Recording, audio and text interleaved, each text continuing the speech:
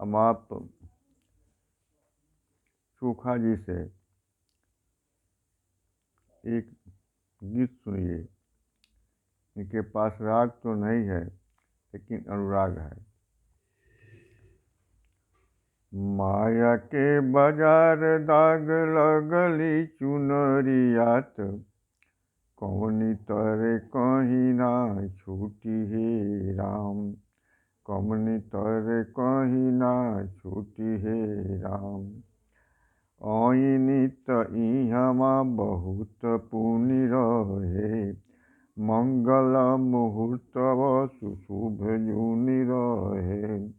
गारवा से बहराले बजली बधाई, देवता पितर कुल पूजल गईली माई। बहुते रतन बाप दान में लुटवले की, माई दिहली नेग खोली मुठी हे राम।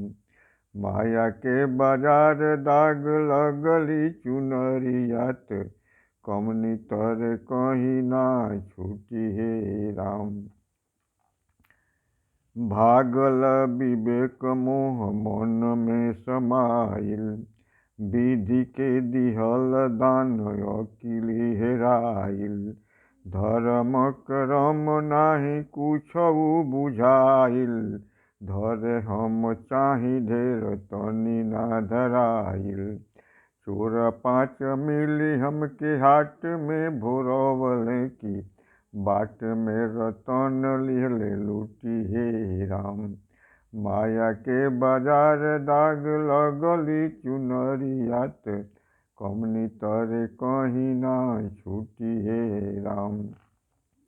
चित्त के संभारी सद बुद्धि के जगा के, कुमति कुचाली ब्याल काल के भगा के। संयम नियम नीति रीति में पगा के, सोहम स्वरूप रोम रोम में रमा के। उनकी चरणवा की जईती शरणवत, हम के पियते रस घूटी हे राम। माया के बाजार दाग लगली चुनरियात, कमनी तरे कहीं ना छूटी हे राम।